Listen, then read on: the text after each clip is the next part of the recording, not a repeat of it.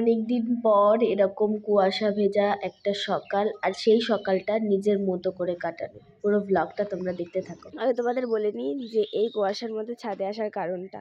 সকালবেলায় উঠে এখন এক্সারসাইজ কিছু করতে হয়, কারণ নাচের জন্য এক্সারসাইজ খুব প্রয়োজন। তোমরা যারা যারা দেখছো যে একটু নাচ করলে তোমরা হাঁপিয়ে যাচ্ছ বা নাচ করতে পারছো না, একটা নাচ একবারের বেশি দুবার করতে পারছো না, তাদের জন্য খুবই প্রয়োজন সকালবেলা উঠে দৌড়াতে যাওয়া বা এক্সারসাইজ করা। তোমরা এটা করো রেগুলার। আর আমি বলবো যে সকালবেলা এক্সারসাইজটা করার মধ্যে যে উপকারটা আছে, অন্য কোনো সময় এক্সারসাইজ করলে অতটা উপকার পাওয়া যায় না।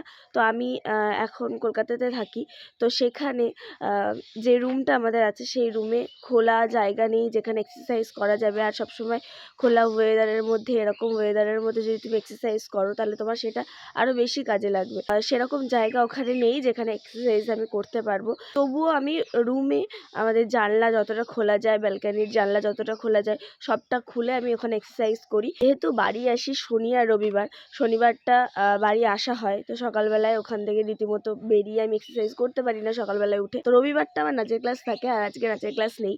তাই জন্য দেখলাম যে নাচের ক্লাস যখন নেই তাহলে সকালবেলায় উঠে এই গ্রামের ওয়েদারটা তো আমি শহরে পাবো না, তো তাই জন্য বাড়িতে ছাদের ওপর এক্সারসাইজ করি। আর দেখতে পাচ্ছ ওয়েদারটা কতটা সুন্দর, একটুখানি পরেই হয়তো রোদ উঠবে। তো যাই, এক্সারসাইজটা করে নিই, আর তোমরা দেখতে থাকো পুরো ব্লগটা।